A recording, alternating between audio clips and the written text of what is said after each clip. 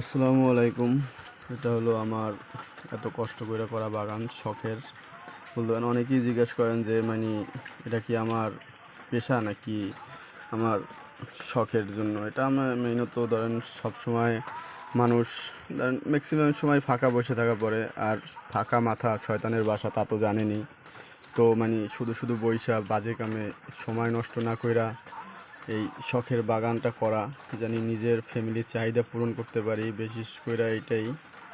আর যাই হলো আপনার এই ধর নিজেদের পরিত্যক্ত জায়গা, নিজেদেরই জায়গা পড়ে ছিল, শুধু শুধু পড়ে থাকবে, আমিও বসেছিলাম। এই কারণে চিন্তা করলাম যে পড়াশোনার পাশাপাশি একটু কৃষিকাজ করলে কেমন হয়।